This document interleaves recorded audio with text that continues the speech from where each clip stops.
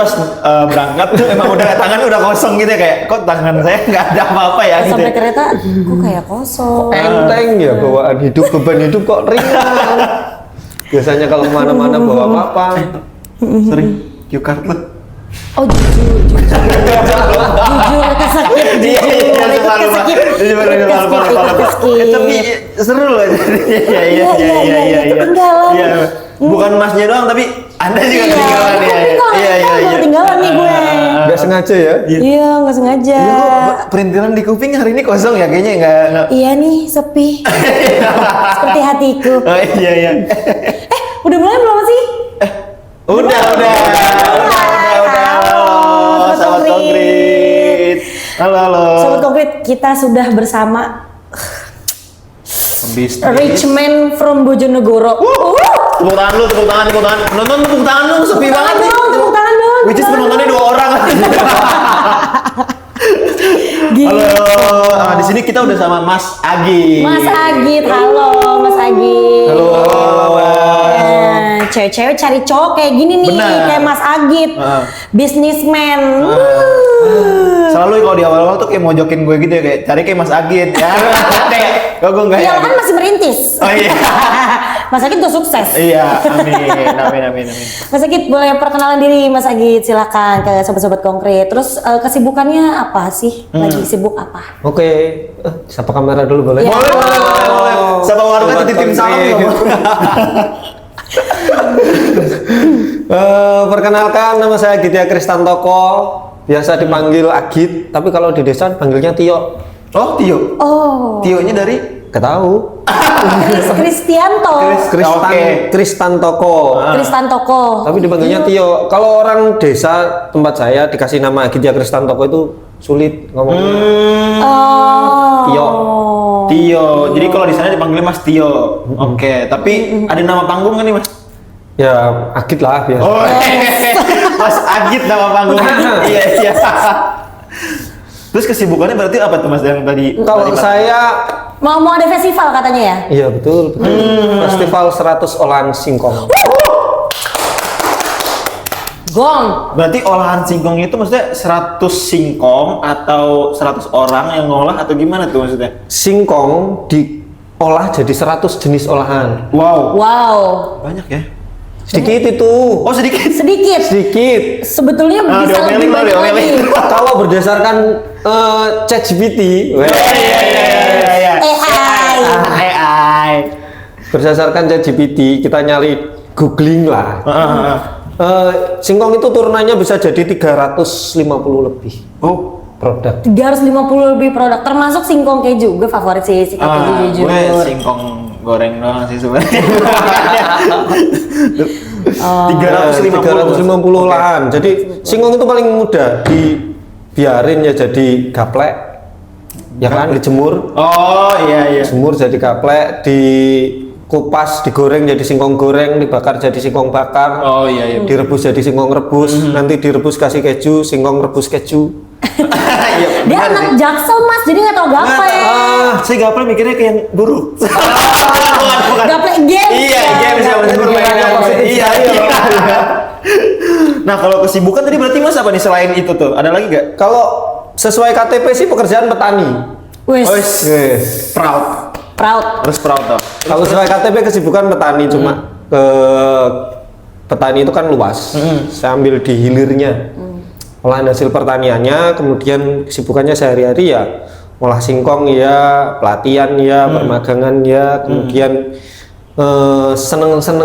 lagi seneng-senengnya dampingi anak-anak muda.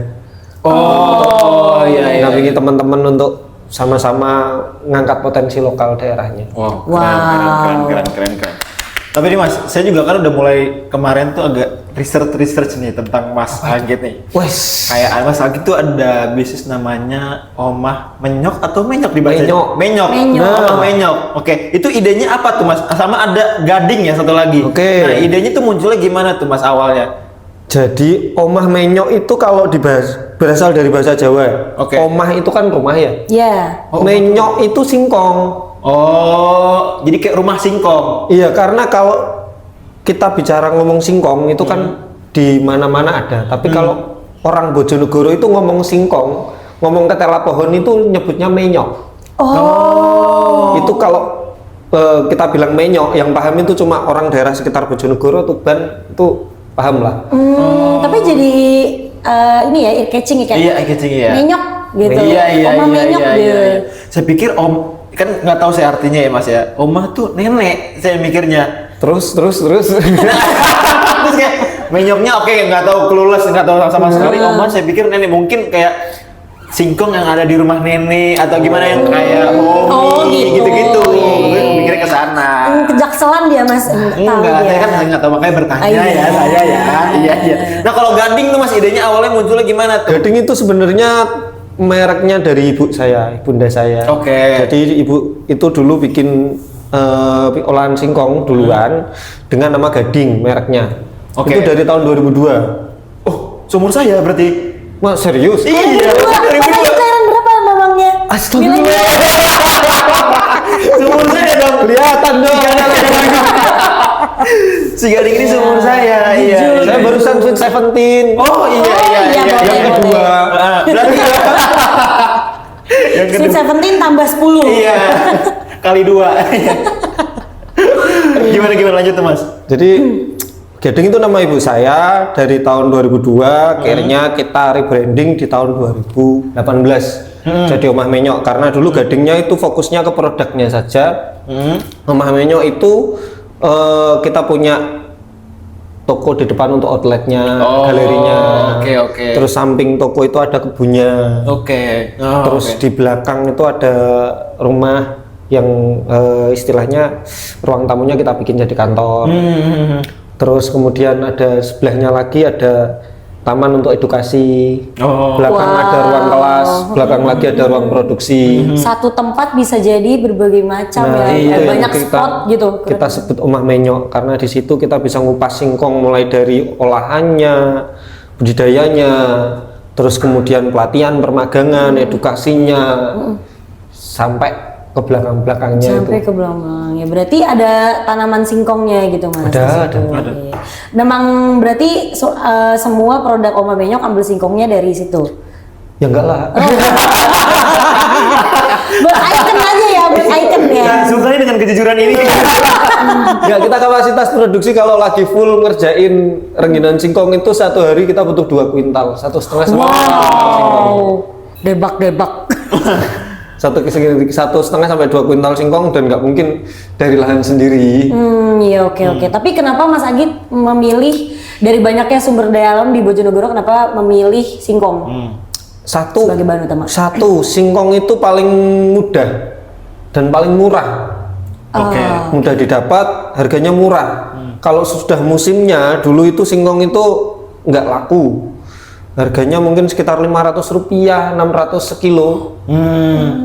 Bahkan kalau nggak laku-laku, nggak sampai nggak kejual, kan cuma dikupas, dijemur jadi gaplek itu.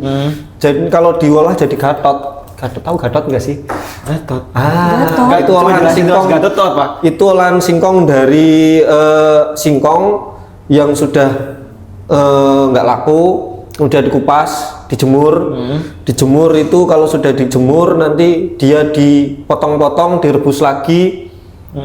Jadi kayak semacam ya Keripik singkong. bukan keripik, jadinya kayak singkong rebus, tapi ini nggak singkong rebus. Dikukus. Soalnya kalau di Jakarta tuh Mas, gatot itu gagal total.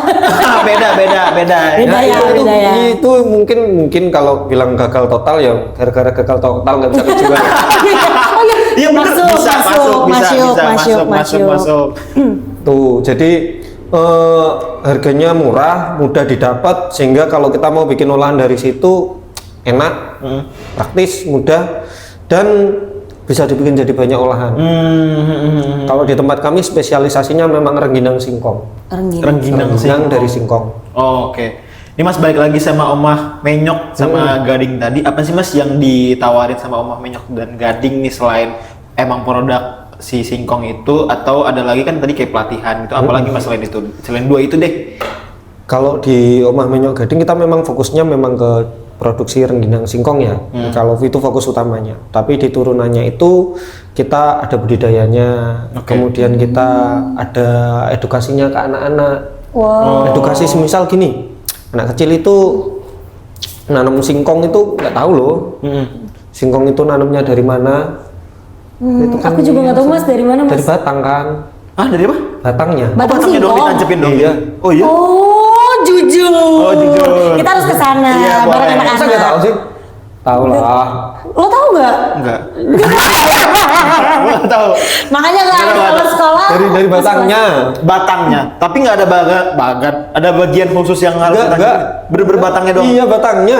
Misalnya batangnya Batang panjang singkong kan, gitu. panjang kan, itu dipotong jadi 5, jadi seginilah. Oke. Ditanam itu. Ditanemin, ditancepin di tanah, udah itu jadi singkong. Oh, tanahnya harus pupuk kah atau harus apa? Enggak. Pokoknya tanah yang gembur ditancepin gitu. Makanya bener-bener melimpah ya singkong. Iya. Enggak, singkong itu tanaman yang rata-rata organik, jarang namanya singkong dipupuk. Oh, iya. Oh, I see. Oke, Orang oke. pupuk singkong itu oke. jarang, rugi soalnya. Harganya murah. Iya lagi. Boleh sambil minum kali ya, kita Boleh lagi sambil minum di mana nih sih minum. kita? Kita lagi di Cliff Coffee Nih, Shop. buat teman-teman yang lagi gabut atau bosen gitu ya kan, atau aus nih kayak kita sekarang gitu ya, bisa datang ke Cliff. Kopinya enak banget. Kalau aku sukanya kopi lontar. Mas tadi pesan apa tuh yang ini? Ini nanti ini tadi gambarnya yang sebelahnya lontar itu apa tadi? Oh, ini ya kopi gula aren gitu ya. Mungkin kali ya. Kalau Oke. gue tadi salted. Ah, nungguin ya. Lupa soalnya gue juga jujur lupa ada salted gitu lah pokoknya. Iya. Terus anak-anak ini berarti ke Oma Menyok melakukan edukasi singkong gitu mulai dari penanamannya sampai akhirnya Olahannya. sampai olahannya. Jadi mereka itu diajari caranya nanam sampai ngolah. Pengolahannya dulu, contoh bikin singkong keju ya. Teman-teman bikin singkong keju, anak-anak kecil diajari caranya bikin singkong keju. Noping itu kan seneng kan. Oh, iya. Kasih keju, kasih coklat. Habis itu mereka diajari caranya nanam singkong. Kenapa kok diajari caranya nanam? Biar mereka tahu bahwa apa yang kamu makan ini asalnya dari sini loh. Mereka lebih menghargai apa yang mereka makan. Kemudian yang kedua mereka tahu bahwa ada potensi ini di sini. Oke. Yang bisa dijadikan pangan. Jadi makanan pangan itu nggak cuma sekedar tepung, nggak sekedar beras. Makanan lokal itu pangan lokal itu juga mendukung untuk ya notabene singkong itu istilahnya sekarang itu sedang booming-boomingnya lagi diolah. Selain singkong juga kadang kita sesuai dengan kebutuhan, ada yang request dari sekolah minta, Mas ngolah jagung, kita bikin jasuke, kita bikin jus jagung bisa dibikin jus loh. Oh, Hah? ini jus jagung gitu. Baru tahu. Bisa, jagung bisa dibikin jus. Mas Agit berarti harus buka cabang di Jakarta sih. Bisa, boleh ya. Educational banget Iya, soalnya. bisnisnya kayak menjanjikan karena banyak yang nggak tahu di sini. Iya, betul. Jus jagung, terus mereka bikin jagung, kemudian mereka diajari cara nanam jagung. Nah, anak kecil-kecil itu kalau disuruh nanam jagung, mereka kebingungan. Kasih jagung satu kan, anak-anak itu suruh nanam. Nah, mereka yang tanya pasti kan cangkulnya kan. Karena lagunya kan, lagunya nanam jagung kan. Oh iya. Cangkul. Oh iya bener, cangkul yang dalam. Padahal nanam jagung kan nggak dicangkul. Oh, jadi cuma Kalau orang Jawa namanya digejik. Gejik itu dipakai kelingking. nggak pakai kelingking, pakai kayu, pakai batang kayu yang ujungnya lancip, terus gini gejikin, paling cuma dalamnya segini, dikasih jagung udah Tutup lagi. ditutup lagi. Iya ya, salah lagunya. Salah lagunya. Aturan tancep yang dalam. Masukin bijinya Kalau nyangkul yang dalam hilang jagungnya. ke dalam Ke dalam mana? ya. Takutnya jadi mengubur ya jatuhnya ya. Kalau ke dalam Bukan tertanam ya, terkubur. Iya, Iya, terkubur Mas. jadinya. Tapi ada pengalaman seru dan menarik gak sih selama mengedukasi anak-anak itu?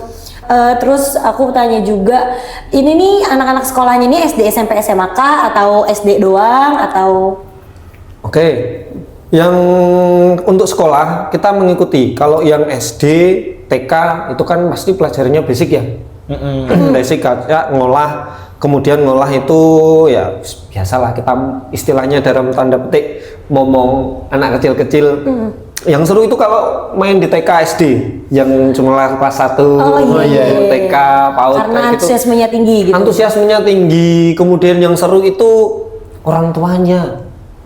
Ya gimana maksudnya supportnya kah? Emang orang tua orangnya nih? Atau Mas Ajit Bayangin seneng nih, nih, bayangin ada nih. ibu-ibu orang tua murid. Nah, mak ya ibu-ibu ya banyak ya.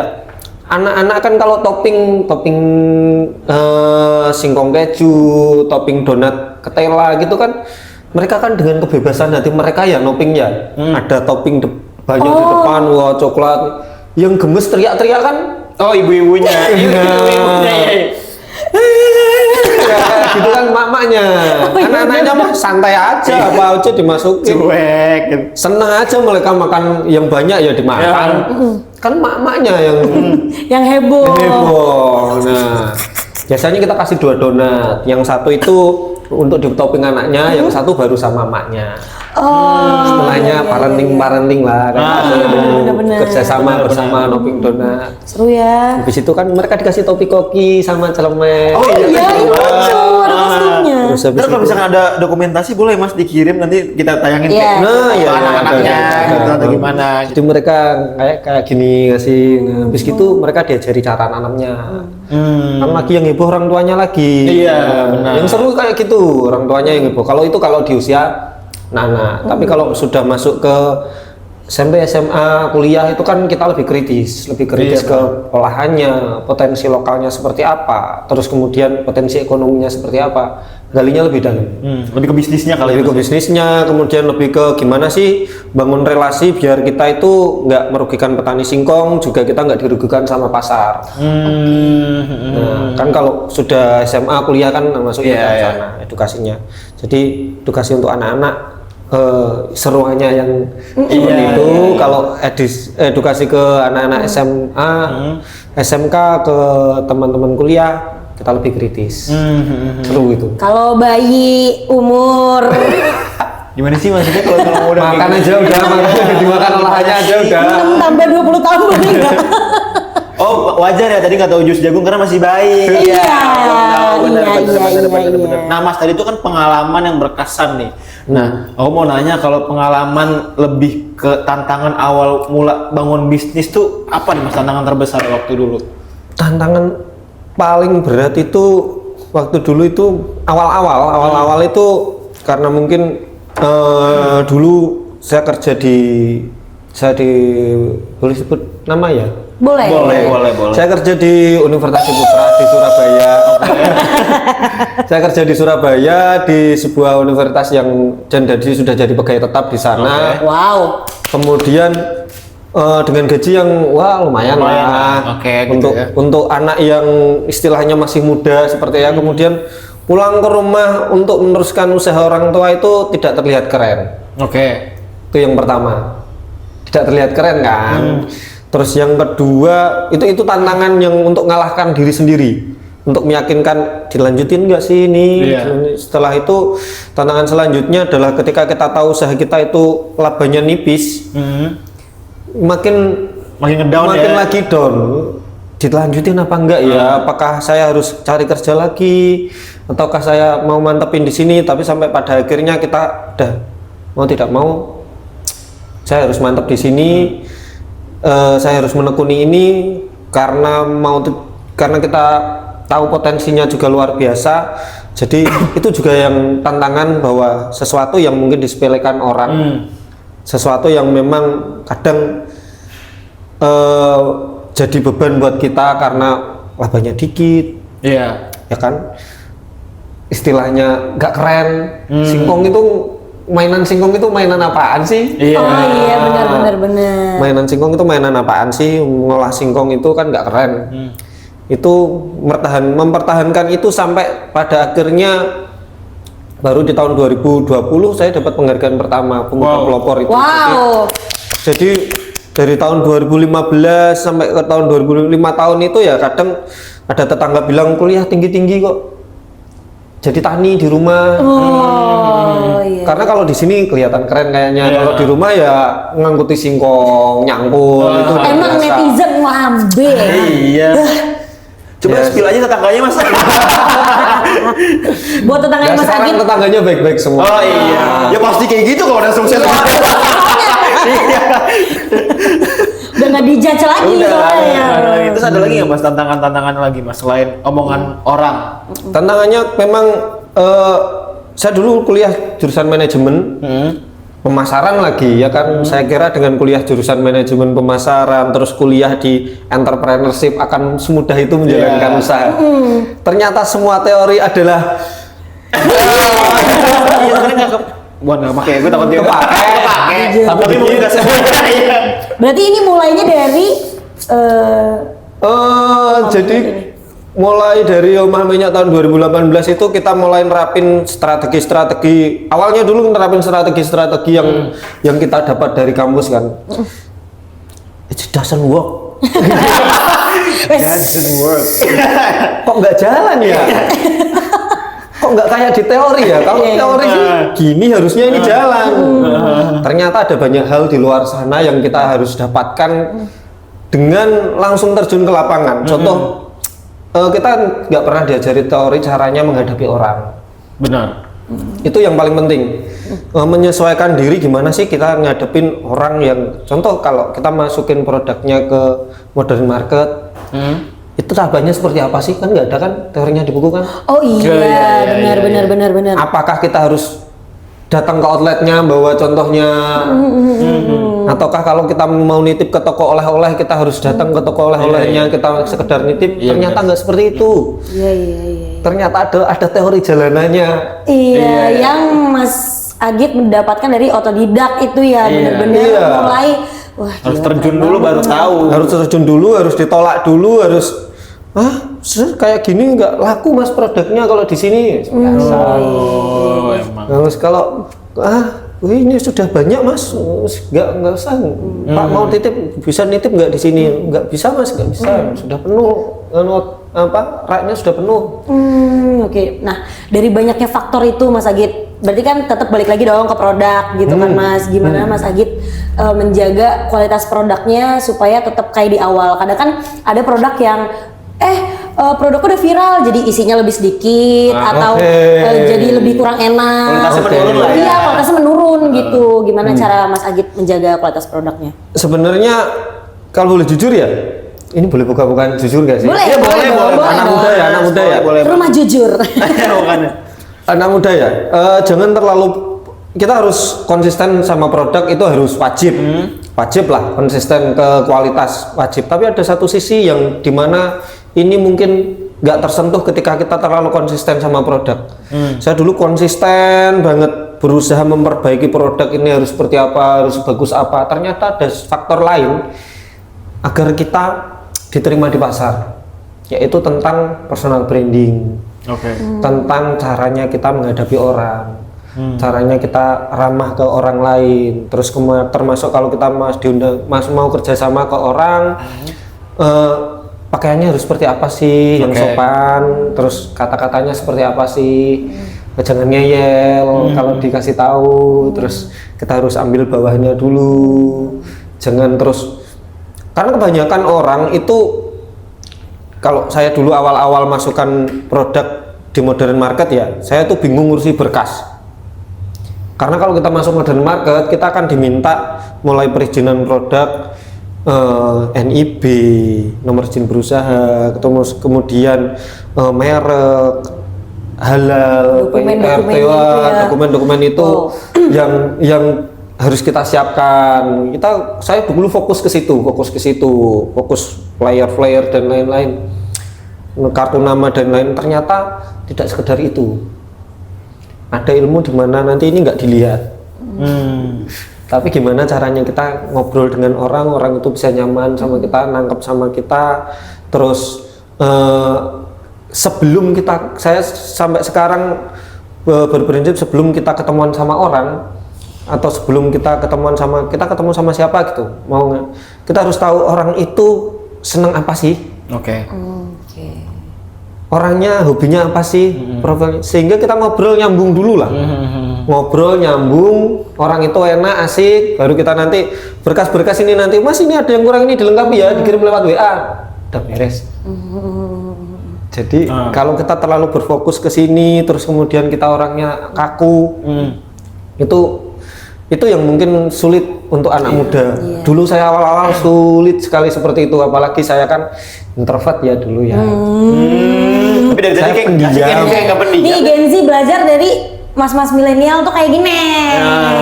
Pendiam saya dulu. Serius mendiam. Saya kalau disuruh tanya alamatnya Cliff Coffee ini di mana, saya nggak berani. Oh iya Mas, nggak berani, serius. Nggak berani. Wow, sampai bisa jadi bisnismen seperti ini. Karena ya terlalu banyak ditolak orang.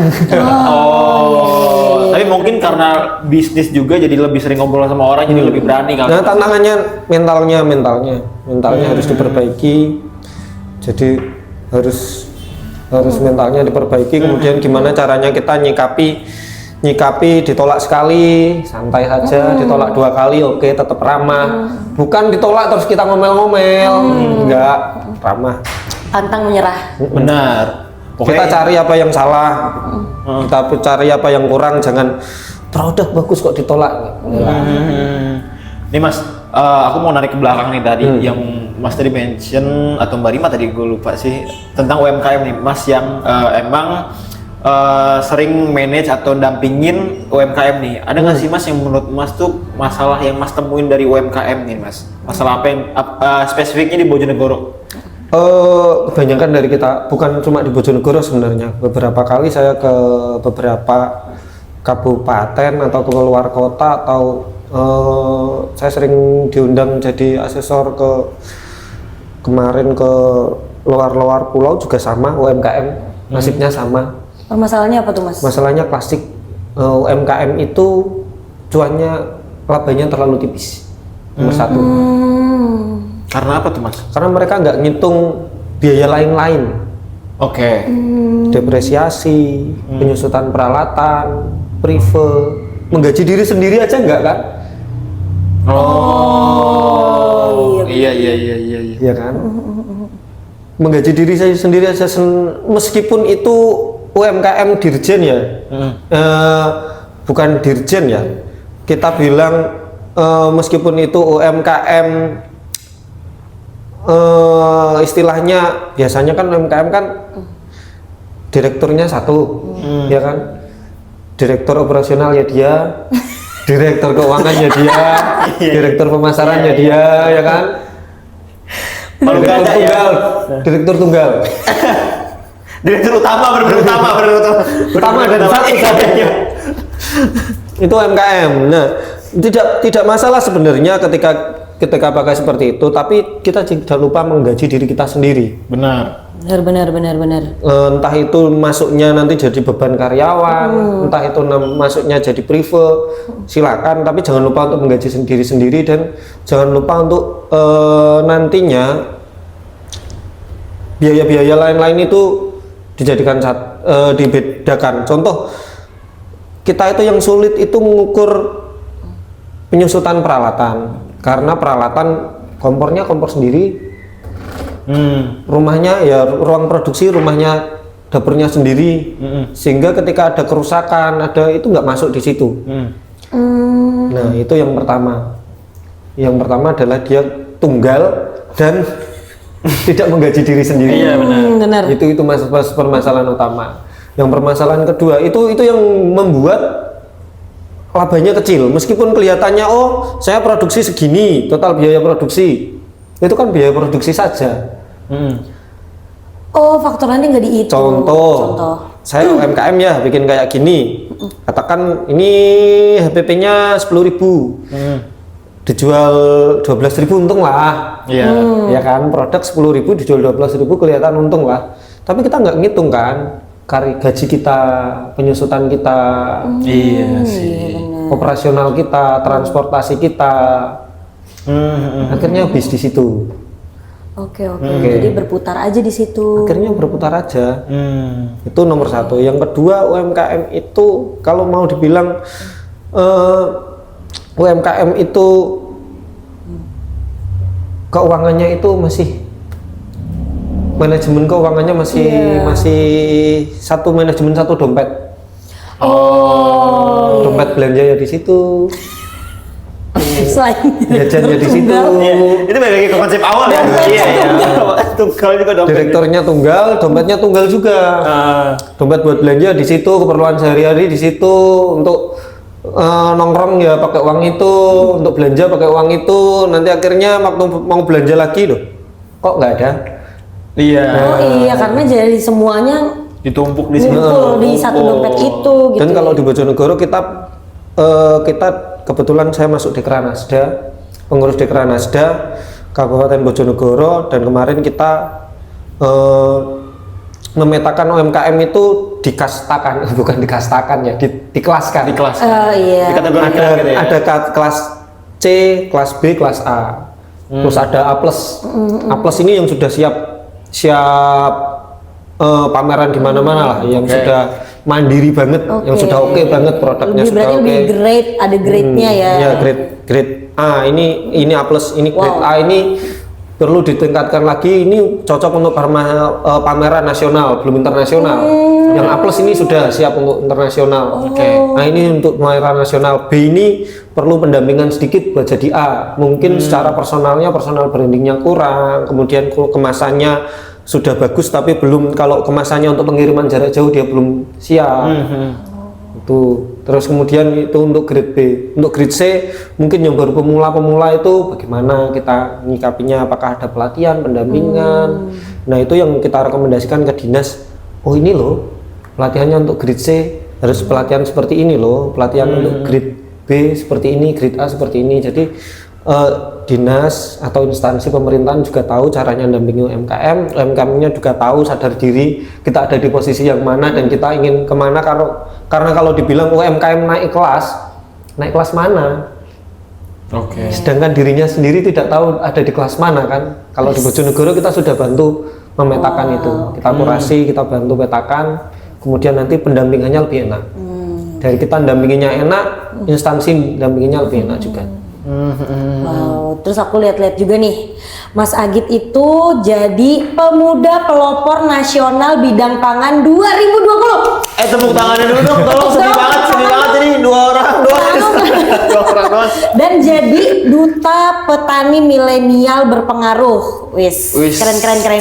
Mas, tapi setelah 2 gelar ini, dua gelar kebanggaan ini berpengaruh nggak ke Oma Menyok? Sebenarnya penghargaan itu lebih ke membuat kita lebih percaya diri. Iya bener sih. Penghargaan membuat kita percaya diri. Penghargaan juga membuat kita harus sadar bahwa kita nggak bisa dapat penghargaan kalau nggak ada orang-orang di sekitar kita loh.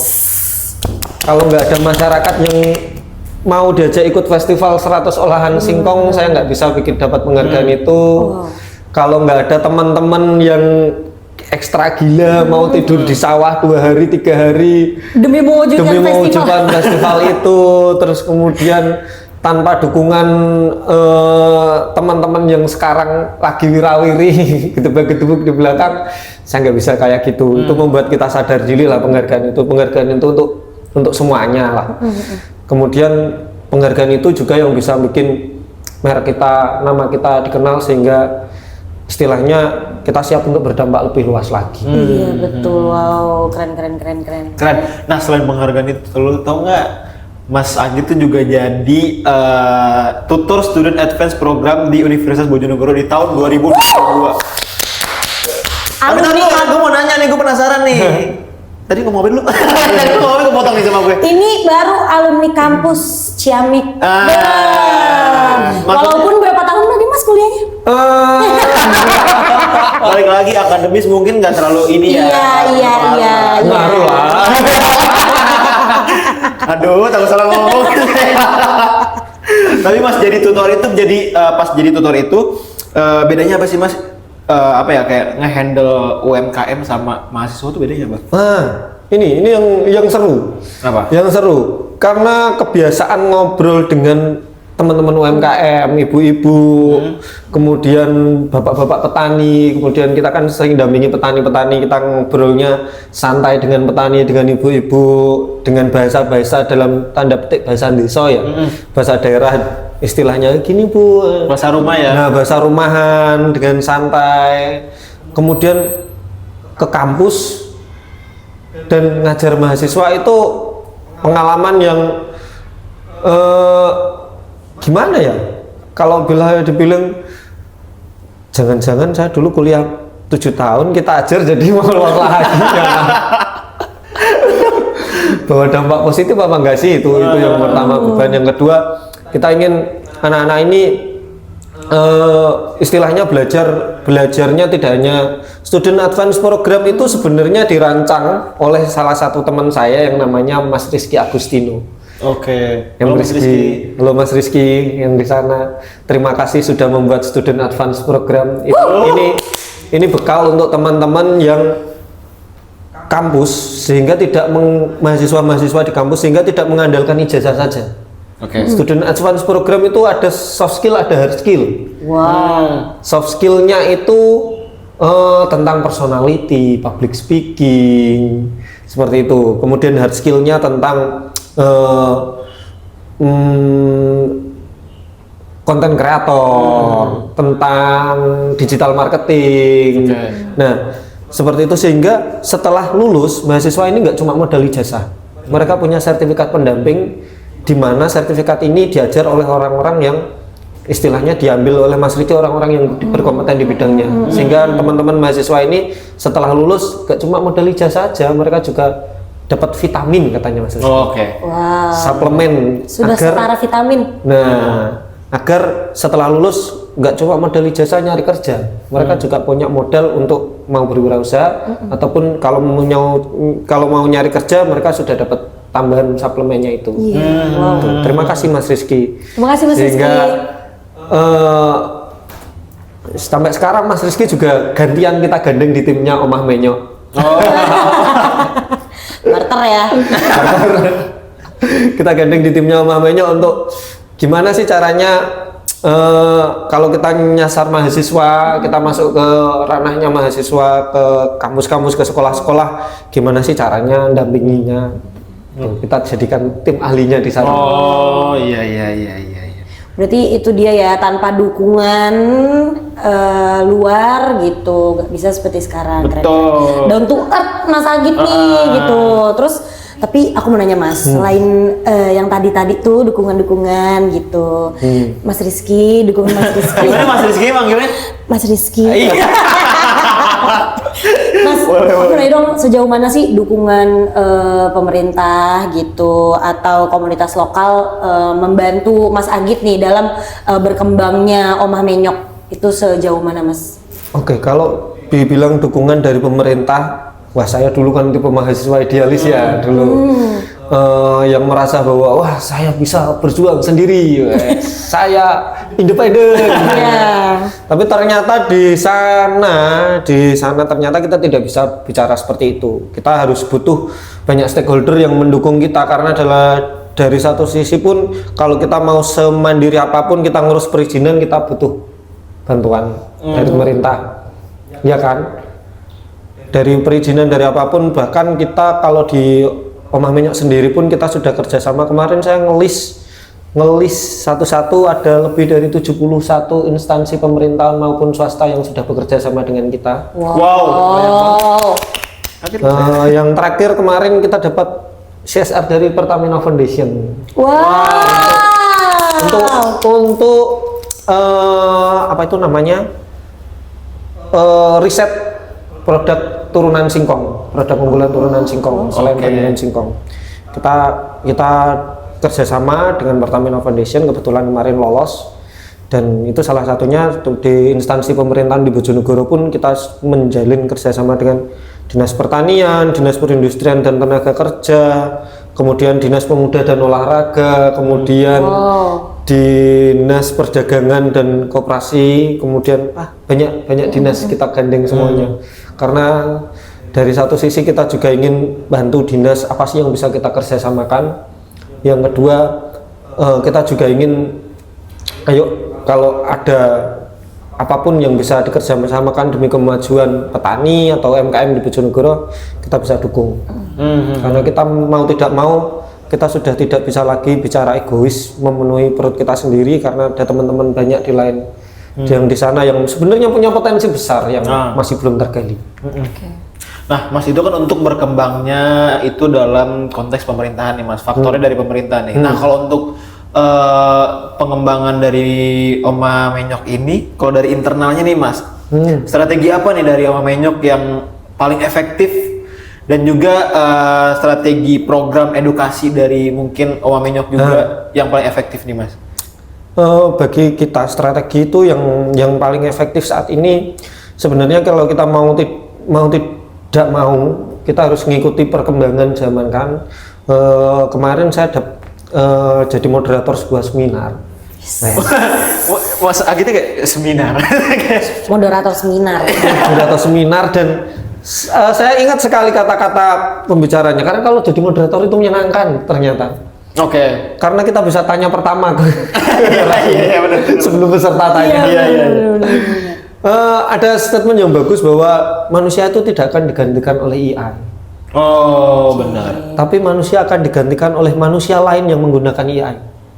Oke. Yang memanfaatkan AI dengan baik. Benar sih. Benar, benar, paham. Saya setuju dengan itu. Saya sedikit setuju dengan itu karena saya beranggapan bahwa itu kenapa di satu sisi strategi kita sebenarnya bagaimana sekarang kita memanfaatkan AI untuk informasi, untuk cari data, untuk riset, untuk apapun kita gunakan informasi sebanyak-banyaknya, karena mau tidak mau ketika kita tidak mengikuti perkembangan itu ya kita tertinggal. Karena pun kita memang pengen riset olahan singkong sebanyak-banyaknya, kita rencananya kita pengen sekali desa kita itu memecahkan rekor muri sebagai pengolah singkong terbanyak di Indonesia. Amin. Semoga di tahun ini, semoga. Amin. Ya, tahun ini, tahun depan lah.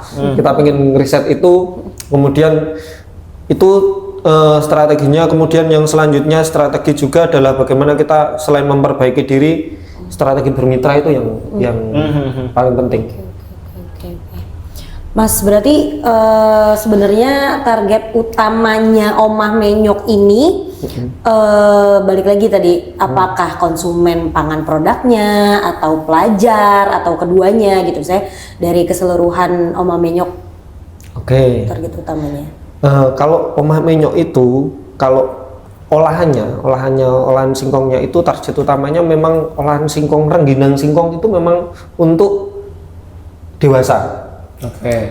Untuk konsumsi untuk orang-orang dewasa itu untuk olahan singkongnya. Sedangkan untuk edukasinya, dan kalau untuk karena banyak ya, ini olahannya untuk dewasa. Kemudian untuk edukasinya, pelatihan dan permagangannya itu di rumah ada pelatihan dan permagangan. Ini Wow. anak yang magang di rumah juga. Wow. Berapa, Mas? Dari SMK, Mas? SMK Oh. di dekat-dekat kita.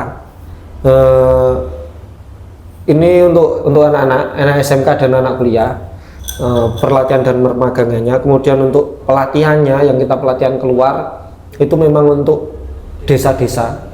Bagaimana kita kerjasama dengan desa, semisal kita sedang mengerjakan pelatihan di Kecamatan Bubulan, di Desa Sumberbendo, dengan di desa mana gitu, kita lihat dulu, kita gali potensinya di sana apa sih.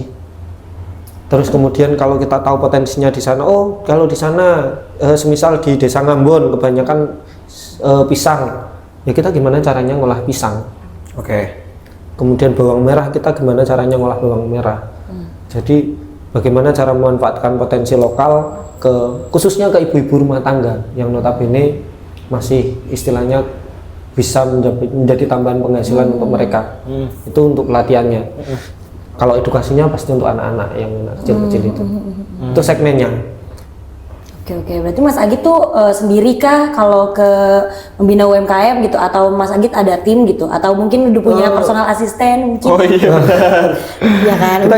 Kita punya banyak tim, ada Bu Christine, ibu saya ini yang Wow. Boleh salam-salam Halo ke Bu Ibu? Christine, terima kasih banyak. Ini yang biasanya bermitra karena beliau sudah istilahnya lebih dewasa dari kita ya. Untuk bermitra dengan istilahnya di desa, dengan kepala desa, dengan instansi-instansi, Bu Christine ini biasanya Kalau saya ini tim penggembira. Penghibur. Saya tugasnya ya bantu Bu Christine. Kita sama-sama kerjasama untuk konsep pelatihan seperti apa. Kemudian ada Mas Rizky juga. Halo, Mas Rizky. Mas Rizky. Iya lagi terus ya kalau Mas Jangan-jangan Rizky udah punya gini, istri. kalau Mas Rizky gini-gini mulu kenapa sih? Ada banyak tim di rumah sehingga ada beberapa instruktur, ada asisten instrukturnya sehingga kita kerjasama. Kalau pelatihan berarti yang berangkat. Kalau pelatihan di satu lokasi itu harus ada instruktur, asisten instruktur, sama administrasi. Yang bagian foto-foto, yang bagian ngabsen-ngabsen itu administrasinya. Seperti itu. Jadi kita punya tim. Oh di sini juga dia instruktur Mas, tapi instruktur upacara kalau nggak salah. Tunggu senam. Iya. Senam sih, Senam, jujur, yoga, yoga. gitu kan. Iya. Mas tadi kan ngomongin masalah konsumen nih. Ada nggak sih respon-respon konsumen atau peserta nih yang menarik gitu Mas menurut Mas kayak ini seru banget nih konsumen atau kayak ada responnya tuh yang kayak menurut Mas apa ya keinget dan menarik gitu Mas? Oke, saya itu kemarin ngirim ke teman saya yang di Jakarta sini, rengginang dari Bojonegoro. Kita coba tester rengginang singkong aneka rasa. Ada rasa jagung bakar, ada rasa rengginang singkong, tapi ada rasa-rasanya ayam panggang, barbeque dan lain-lain. Oh, inovatif ya. Ya, kita coba ngirim ke Jakarta, respon mereka ternyata positif. Oke. Positif sekali dan membuat kita oke, berarti masuk akal nih pakai rengginang rasa-rasa seperti ini. Akhirnya kita buatlah yang seperti itu. Ternyata ya dengan kemasan yang standing pots yang harganya terjangkau sekali, ternyata responnya positif dan akhirnya itu membuat kita berpikir bahwa oh ternyata rengginang singkong itu peminatnya ketika akhirnya istri aktif Shopee dan lain-lain. Kemudian teman-teman ada Mas Alfian, nah halo Mas Alfian itu yang cobalah jualan pakai TikTok live dan lain-lain. Oh iya, sosial media ya. Ternyata dari sana yang saya kira rengginang ngapain sih dijual kayak gitu, kan pasarnya lebih ke konvensional ya. Ternyata pasar-pasar seperti itu di marketplace, di live kayak gitu ada ternyata yang beli. Banyak juga ya. Dan setiap hari kirim. Wow. Dan itu yang membuat kita kadang ini kan nggak pasar kita harusnya. Yang membuat kita bukan pasar-pasar baru ya. Yang membuat kita yang dulunya menyepelekan, ini kan pasar kita kan pasar konvensional ya. Pasar istilahnya ya jualannya di rumah, di outlet sendiri sama nitip-nitip di modern market. Ternyata ya pakai cara-cara marketplace kayak gini juga berfungsi. Berhasil dan lebih luas lagi pasti marketnya ya, lebih gede lagi gitu. Dan pakai konten-konten kayak gitu ternyata yang saya pikir dulu produk saya segmennya yang istilahnya dewasa kayak gitu itu nggak perlu lah, ternyata juga perlu pasti sosmed ya pasti ya. Jadi itu yang lebih luas ya. itu yang bikin gak nyangka yang ini nggak nyangka ini produk rengginang bisa dijual kayak gini. Jadi bisa lebih seluas ini gitu ya. Benar. Nah, dari marketplace tadi gitu Mas, kalau sosial media sendiri gini, Mas Agit memanfaatkan sosial media itu untuk perkenalan produk gitu, untuk branding gitu, terus juga untuk edukasi pertanian gitu, itu Mas Agit memanfaatkannya sejauh mana? Oke, terima kasih. Ini pertanyaannya bagus. Jadi ada berbagai sosial media, saya masih pakai Facebook. Iya. Ini Nggak masalah. Ini tuh nggak masalah. milenial. Nggak masalah sih. Ini tuh kelihatan umurnya. Jadi karena mitra kita lebih banyak orang yang lebih dewasa. Oke. Jadi istilahnya yang umurnya di atas kita, sehingga saya rajin posting di Facebook. Sehingga saya beberapa kali dapat tawaran untuk ngajar. Karena gurunya itu tahu postingan saya tiap hari, wah ini ngajar di sekolahan saya bisa nggak? Iya. Nah kayak gitu, ada itu. Kemudian ada yang perangkat desa yang tahu, wah ini kita kerjasamakan dengan ini karena ini rutin Oh iya. ngasih pelatihan. Jadi karena segmen kita adalah orang-orang yang cenderung dewasa yang pakai Facebook, akhirnya saya mau tidak mau saya harus aktif Iya benar. Facebook. Sedangkan di sosmed yang lain mungkin cuma konten biasa lah. Oke, Iya. oke. Tapi yang paling lagi gencar-gencarnya Facebook ya. Facebook. Paling potensial tuh di Facebook. Karena kita mengikuti segmennya dulu. Oh iya Oke, benar-benar. Segmennya dulu. Tapi keren loh Mas, berarti Mas Agi tuh walaupun udah di marketplace sudah sebesar ini, tapi tetap di Facebook juga menjaga si konsumen yang dari Facebooknya ini Iya, juga tetap pasti. dijaga, Iya, keren banget. benar. Katanya dulu bos saya dulu waktu di Surabaya itu, saya kan sempat kerja di Surabaya. Katanya bos saya, Facebook itu besok akan jadi prasasti digital. Waduh.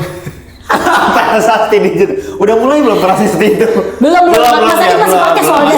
Iya. Ini belum. Kelak akan jadi prasasti digital karena kita bisa lihat berapa tahun yang lalu masih Oh, iya, nyimpen benar. foto-foto, Iya sih, story. benar. Foto-foto alay gue. Itu udah gak hapusin karena itu buat, ya bener prasasti. Iya, Prasasti iya, digital. jujur, iya lagi. Iya, jadi benar. kalau kita besok nyari semisal kita besok punya anak yang udah gede, dia kan nge-scroll Facebook Iya bener. orang tuanya ngapain tuh? Seumuran gue, bokap gue ngapain ya? Gue beta di Facebook kayak gitu ya. Nah itu Facebook kelak akan jadi prasasti digital. Jadi sepertinya menarik mainan Facebook, tetap mainan Facebook dan di sana nanti kan itu juga sebenarnya untuk catatan administrasi. Maksudnya gimana? Biar nggak lupa. Gimana coba jelasin? Coba. Biar nggak lupa, kadang kita lupa kalau habis pelatihan di mana, kegiatannya apa. Oke. Disuruh ngirim dokumentasinya. Oh iya. Disimpan di HP kehapus. Ya nggak sih? Iya benar. Waktu kita bersih kehapus. Kan kalau upload di Facebook Masih ada. tanggal ini gitu. Oh iya benar. Benar. Apalagi itu berguna banget buat kita yang storage-nya suka full ya. Jujur. Iya. Gengsi banget sih. Nah, Mas kan udah terjun banget nih ke dunia bisnis olahan lah kayak gitu ya. Nah, menurut Mas Agi tuh apa sih potensi bisnis olahan di Indonesia tuh ke depannya, dan untuk produk ini masa depannya kira-kira bakal kayak gimana, Mas? Oke. Kalau Pak Karno bilang bangsa besar itu bangsa yang tidak hanya menghargai pahlawannya. Oh iya benar. Tetapi yang menghargai pangannya. Karena saya dulu statement saya waktu ikut Pemuda Pelopor itu seperti ini. Bangsa yang besar itu adalah bangsa yang menghargai pangan dari olahan dari hasil dalam negerinya, yang sekarang digadang-gadang jadi kemandirian pangan, kedaulatan pangan dan lain-lain. Itu adalah bangsa yang besar, dan hidup mati sebuah negara itu ditentukan dari kita itu bisa ngolah itu apa enggak sih sebenarnya. Karena potensi kita itu, saya itu agak kaget kemarin lihat ternyata dari negara di ASEAN aja kita peringkat stuntingnya nomor 3 loh, tertinggi. Oh. Asia Tenggara. Kita hanya lebih baik dari Timor Leste. Ya. Kaget nggak? Padahal kita itu negara yang melimpah-limpah. Katanya tongkat kayu dan batu jadi tanaman. Betul. Katanya bukan lautan tapi kolam susu. Tapi kenapa kita peringkat stuntingnya nomor 3 terbesar ya di Asia Tenggara ya? Cuman satu di atas Timur Leste. Iya. Yang Yang kita kita lebih baik. luas wilayahnya lebih luas. Lebih luas, sumber dayanya lebih banyak.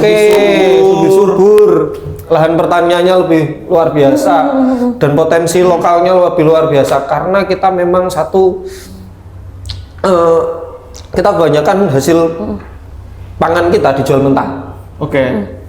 Hasil pangan kita dijual mentah, tidak ada inovasi pangan, sehingga ini kesannya nggak menarik. Singkong dijual singkong nggak akan menarik, pisang dijual pisang nggak akan menarik. dan yang lain-lain nggak akan menarik. Itu kita masih butuh diversifikasi itu, kita masih butuh hilirisasi itu, dan ini potensinya sangat luar biasa. Mengingat kita tingkat stuntingnya masih sangat tinggi, itu berarti kita masih belum bisa memanfaatkan itu loh. Yang rata-rata kalau kita pengen tingkat stuntingnya yang lebih baik, minimal pekarangan kita itu sudah nggak sih ditanami dengan tanaman-tanaman yang semisal sayuran lombok, terong, tomat. Iya. Enggak kan? Sayuran rumah lah. Sayuran rumahan enggak kan? Apakah kita punya tanaman buah di rumah? Enggak kan? Tanaman buah kita kan di tanaman buah kita kan di Superindo kan? Sama di Total Buah sensor ya nanti. Iya. Nah, tanaman buah kita di sana. Jadi kita belum mandiri pangan. Kalau kita bicara bangsa yang besar, kita belum menghargai pangan kita. Belum, masih jauh. Kalau kita digadang-gadang bahwa kita ini mau berdaulat pangan dari mana? Wong kita saja sendiri belum berdaulat dari rumah, kita masih belum menghargai itu, kita masih kurang banyak, dan kita masih punya potensi yang besar di sana, yang dimana kalau itu digali, saya yakin dengan jumlah penduduk yang Indonesia yang segini banyaknya, dengan tingkat stunting yang masih sangat tinggi, dengan olahan yang masih sangat rendah, jenis olahan yang masih sangat rendah, itu kalau semisal setiap daerah punya potensi yang mau dikembangkan, semisal satu daerah bawang merah, kita olah bawang merah dan turunannya, itu mereka bisa makmur kok. Omah Menyo itu cuma pilot project sebenarnya. Omah Menyo itu kita ciptakan untuk bisa bukan untuk saya sendiri, enggak. Kita ciptakan Omah Menyo itu untuk bisa diduplikasi. Untuk ditiru. Oke. Kenapa gitu, Mas? Karena saya ingin punya omah-omah yang lain, omah bawang merah, omah pisang, omah sesuai dengan kondisi potensi yang ada di sana. Kalau dia punya mau nanam pisang, ya kan, yang kualitasnya bagus, kemudian tahu cara ngolahnya, tahu cara masarkannya, bikin pelatihan permagangannya, bikin edukasinya, jualan bibitnya, bisa kan? Iya, Mas Agit berarti punya keinginan untuk bisa jadi inspirasi. Omah Menyo ini bisa diduplikasi. Wow. Ini sederhana dan bisa diduplikasi di mana-mana. Dan saya pengen itu ada untuk ditiru, bukan untuk tidak bisa ditiru, enggak. Omah Menyo itu ada untuk bisa ditiru. Berarti Mas Agit tuh keliling ke UMKM itu juga membagiin ilmu-ilmu, Iya. strategi Omah Menyo. Dan kita kalau pelatihan harus sampai mereka bisa. Bukan ada resep yang ditutup-tutupi, enggak. Kalau mereka bisa jualan, mereka kita uruskan legalitasnya. Wow, sampai situ Mas. Betul. Wow. Sampai mereka mandiri, oke, saya lebih seneng. Berarti apa harapan Mas Agit untuk kedepannya nih, untuk jangka panjang gitu? Apakah mau yaudah fokus di lokal gitu, fokus di nasional, atau mungkin Mas Agit mau ekspor internasional? Coba gitu ya, mencoba. Iya, mau coba gitu Mas. Apa harapan Mas Agit untuk jangka panjangnya? Kalau saya secara pribadi, kita mau fokus lokal dulu. Kita benahi lokal dulu. Kalaupun mau ekspor, kita kan harus tahu tujuan ekspornya mana. Kalau kita cari di Google Analytics, saya juga nyoba analisis pakai Google. Kita coba lihat rengginan atau kerupuk itu paling banyak, atau kita cassava chip lah, atau kita bikin clue apapun itu, kita cari di Google. Yang paling banyak, yang paling banter masih tetap di Indonesia. Yang pencariannya terbesar. Jadi berarti kalau kita pun mau ekspor, kemungkinan untuk diterima di pasar ekspor masih rendah, kecuali ada orang Indonesia yang di sana. Karena orang luar negeri itu jarang makan kerupuk, iya kan? Kerupuk, keripik itu jarang sekali. Apalagi makan rengginang. Iya, benar. Itu kan. Nah, kita fokusnya ke lokal dulu, yang nomor satu itu. Yang kedua, kita memang fokus ke lokal karena kita mau sama-sama benahi. Ayo toh, kita sama-sama benahi negara kita dulu, membenahi desa kita. Katanya teman saya itu permasalahan negara itu dimulai dari desa. Cakep. Kalau desanya itu sudah beres urusannya, negara urusan beres. Katanya gitu. Jadi tugas kita yang di desa ini ya benahi benahi desa kita, benahi diri sendiri. Kalau kita sudah beres urusan di desa, orang-orang di desa merasakan dampak kita, merasakan oke, ini pergerakannya bagus, kita sama-sama satu desa atau satu wilayah lah istilahnya, kita bisa istilahnya punya mitra yang banyak, ya otomatis perekonomian mereka juga akan meningkat. Kita bisa menduplikasi omah menyok di tempat-tempat yang lain. Teman saya ada yang alumni pelatihan kita yang omsetnya lebih besar dari saya ada. Oh iya, Ada. wow. Mas Yang Alfian. muridnya Mas Mas siapa? Agit. Mas siapa namanya? Mas Alfian namanya. Mas Alfian Iya. siapa? Mas Alfian? Oh, nggak mau. Namanya Mas Rizky. Iya Mas Rizky Mas aja, Rizky iya Mas aja. Rizky tetap Ya, ya emang. ada teman-teman yang lain yang istilahnya omsetnya lebih besar dari ada. Wow. Dan saya seneng sekali rasanya kalau ada teman-teman yang omsetnya lebih besar dari kita seneng. Malah justru itu jadi penyemangat untuk kita bikin siapa lagi ya. Harusnya Dapet Mas, ilmu ya? iya, harusnya Mas Agit di calling Apa tuh? Menteri UMKM. Iya benar. Amin. Amin. Aku nyoblos Mas Agit sih. Kak kenapa ke nyoblos jadi? Oh iya, Nyalek jadi nyoblos, nyalek iya, ya. iya, jangan, Aduh, jangan, jangan jangan. lagi rame soalnya. Jangan. Memang kades dulu lah. Minimal RT dulu kali ya. RT dulu. Mas Agit di rumah RT kah atau Enggak. jadi Oh, Warga negara yang baik. an entrepreneur. Iya benar. Go. Tani. Tani. Sesuai di KTP ya, Sesuai Mas. KTP. Nah, untuk Keren. Nah Mas, ada nggak sih Mas saran untuk anak-anak muda nih mau mulai bisnis olahan lokal nih? Oke. Karena kebanyakan anak-anak muda itu kalau bisnis olahan lokal itu kurang menarik, merasa kurang menarik karena dalam artian mungkin mereka merasa cuannya terlalu tipis, labanya terlalu tipis. Kemudian olahan lokal itu singkong itu sesuatu yang dianggap rendah. Tahu lagu anak singkong nggak sih? Oh iya benar, ada Membandingkan lagu singkong dan keju kan? keju. Nggak tahu Mas, baru lahir dia 2002. Sampai garuk-garuk kepala nih. Sebenarnya nggak tahu apa ya saya. Lagu singkong dan keju itu singkong itu posisinya di bawah, keju itu kan di atas. Jadi, Bagian langit dan bumi gitu loh. Iya. lagu singkong dan keju itu kan singkong itu dianggap anak singkong itu anak-anak desa. Oh iya. Oh. Nah, Di play lagunya di play ya editor. terus. Nah, lagu itu menggambarkan kalau singkong itu adalah ciri khasnya orang desa. Nah itu yang membuat anak-anak muda stereotip itu yang membuat orangnya gini, ngapain sih ngolah singkong? Iya.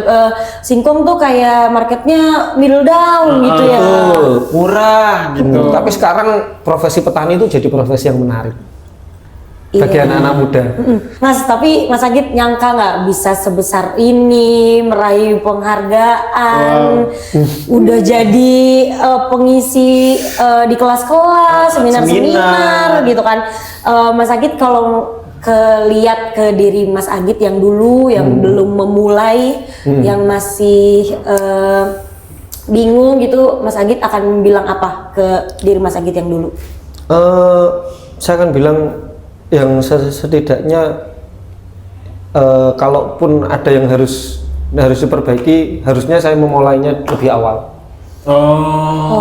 Oke. Jadi susah-susah dulu di awal. Dulu waktu susah-susah, wah, ya susah.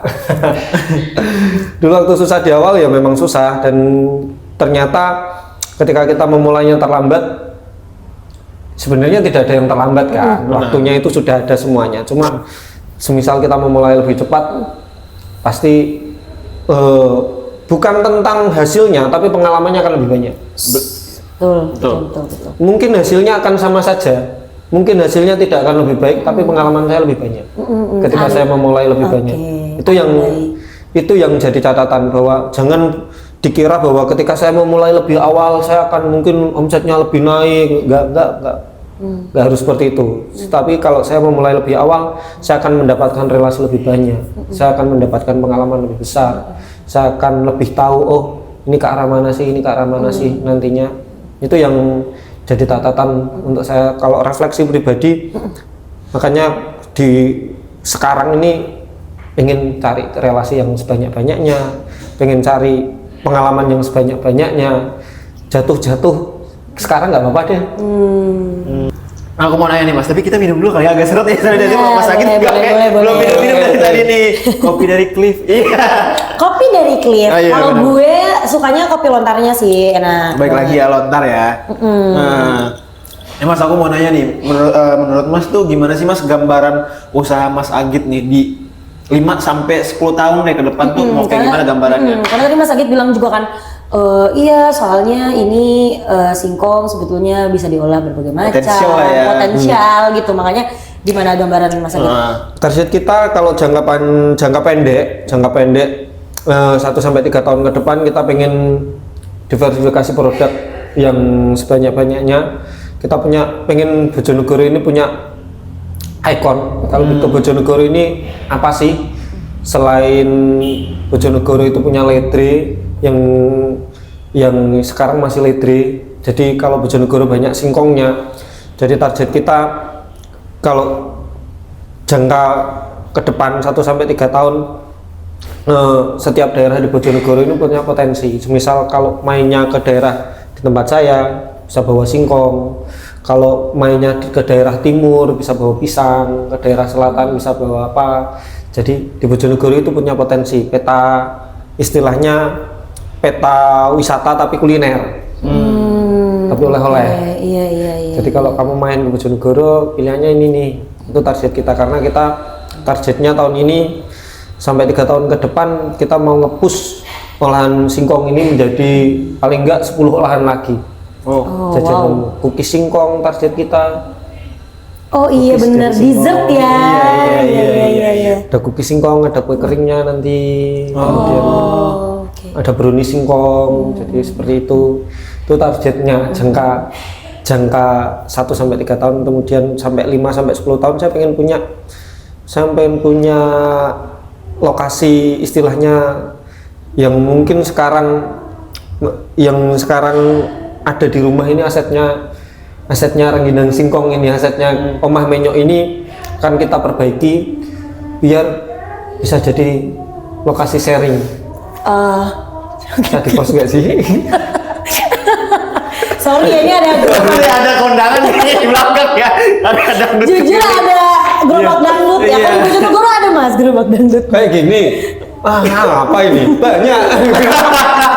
Tadi sebelumnya ya 5 sampai 10 tahun ke tahun, depan. oke. Tadi 1 sampai 3 tahun, terus 10 tahun ke depannya gimana Mas? 5 sampai 10 tahun ke depan kita pengen tempat kita itu bisa jadi rujukan.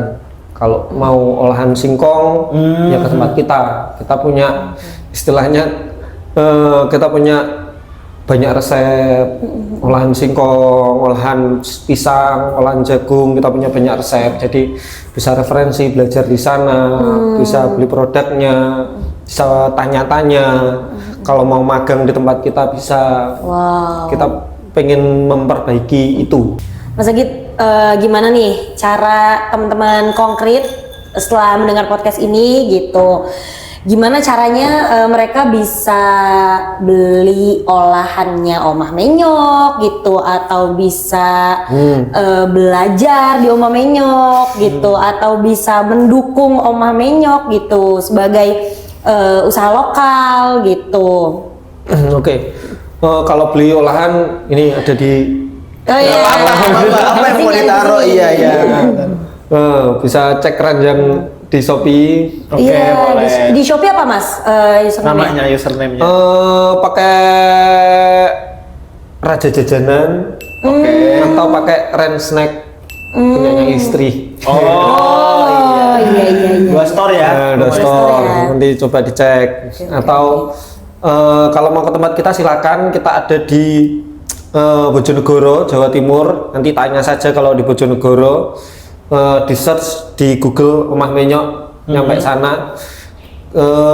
Kebetulan kita itu ada di Bojonegoro, itu lokasinya kalau di Jawa Timur itu kan pinggiran, perbatasan Jawa Tengah Jawa Timur. Oke. Bojonegoro itu perbatasan Jawa Tengah Jawa Timur. Jadi Surabaya itu di sini, Banyuwangi di sana, Ini kita sudah di pinggiran antara Jawa Tengah Jawa Timur. Oh iya iya Berarti iya. masih agak dekat dari Jakarta ya? Kayak Jauh. Oh, jauh. kayak Cilacap gitu kali ya Mas. Kita perbatasannya sama Cepu, Blora. Oh. Kabupaten Jawa Tengahnya kan Cepu, Blora. Oh, I see. Nah. Oh, Blora tuh masuk Jawa Tengah ya? Mas? Jawa Tengah, Blora. Nah, kita di perbatasan, jadi memang daerah-daerah perbatasan itu dulu dikenal dengan kantong kemiskinan. Karena daerah perbatasan itu biasanya tempat daerah miskin itu wilayah hutan, kan? Wilayah hutan kan? Wilayah hutan itu cenderung dengan masyarakat miskin. Tapi di satu sisi Bojonegoro sekarang punya potensi yang luar biasa, minyak. Minyak. Kita penyumbang APBN tertinggi di sektor migas. Minyak bumi. Wow. Penyumbang APBN tertinggi di sektor migas. Sehingga Bojonegoro sekarang pembangunan lagi gencar-gencarnya. Kita APBD-nya tertinggi kedua setelah Surabaya. Kabupaten yang lumayan Wow, oke kedua sekarang. setelah Surabaya, Mas. Wow. Kita lumayan oke. Sehingga saya berkeinginan seiring dengan adanya minyak ini, selain meninggi, semakin tinggi pula pendapatan kabupaten, kita ingin masyarakatnya juga, SDM-nya juga mengimbangi. Itu kenapa kita fokus ke pelatihan, ke permagangan untuk SDM-nya di Bojonegoro. Ayo sama-sama kita dorong untuk seminimal mungkin. Kalau saya secara pribadi, saya selalu bilang, saya sama ibu saya, Bu Christine, selalu bilang saya nggak bisa ngolah minyak nih, saya biasanya ngolah menyok. Karena kalau ngolah minyak kita nggak mampu kan. Tapi kalau potensi lokal singkong itu masih banyak di Bojonegoro dan masih bisa diolah, dan ini bisa mensejahterakan, saya yakin.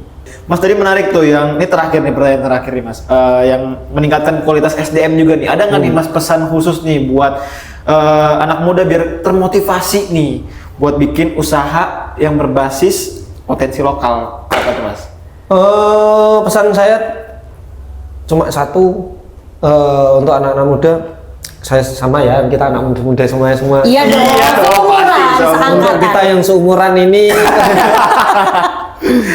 untuk teman-teman yang kita sama-sama belajar, pesan saya satu, kenali dulu siapa kita, kenali potensi kita dulu, kemudian kenali potensi lingkungan kita itu bisa apa sih, lingkungan kita ada apa sih. Nah, dari mengenali diri sendiri, mengenali lingkungan ini yang bisa bikin, kalau sudah ketemu, katanya orang-orang chemistry-nya udah ketemu. Iya. Kalau udah ketemu chemistry-nya nih, ini enak. Kita punya potensi, lingkungan kita punya potensi apa, ayo. Karena kalau kita memulai dari apa yang kita tidak tahu, atau memulai, oh ini lagi musim nih, bikin ini nih, bikin olahan ini nih, bikin ekspor ini nih, lagi, kita kan nggak tahu kan.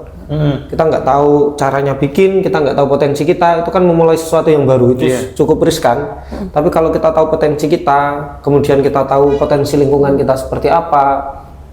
Misal saya petani nih, orang tua basicnya petani, kemudian lingkungan banyak singkongnya, ya udah kita kembangkan itu dulu, semaksimal mungkin, sementok mungkin. Karena yang bikin kita dikenal itu bukan kita bisa bikin apa. Rengginang singkong itu bisa ditiru kok, pemahamannya itu bisa ditiru kok. Iya. Tapi yang tidak bisa ditiru itu seberapa gigih kita terus mempertahankan itu. Semisal dari tahun 2015 kena omongannya tetangga saya sudah selesai, ya selesai. Tapi saya yakin apa yang kita yakini itu yang kita pertahankan kan. Benar. Karena kalau kita kembalikan lagi ke diri kita sendiri ya, anak-anak muda itu kan sering, kita itu mau jadi apa sih? Iya. Pertanyaan di kepala ya, overthinking gitu. Overthinking. Kita itu mau ngapain? Mau kerja apa? Cita-cita jauh dari Cita-cita. dulu. Nah, cita-cita dengan demikian banyak potensi yang sekarang ada, fasilitas AI, manfaatkan itu, riset sebanyak mungkin, membaca sebanyak mungkin, bertemu dengan orang sebanyak mungkin. Karena kebanyakan dari kita nongkrong di situ-situ saja dan dengan orang yang itu saja. katanya itu nongkrong itu kalau ketemu dengan orang yang baru, semisal saya ya, temu ini bertiga ini, ketemu pertama ini pasti akan ngobrolkan dengan sesuatu yang menarik. Iya. Kedua kita lagi cerita lagi nih. Nah kalau udah ke 10, kelima dan seterusnya kita pasti akan ngomongin satu sama lain.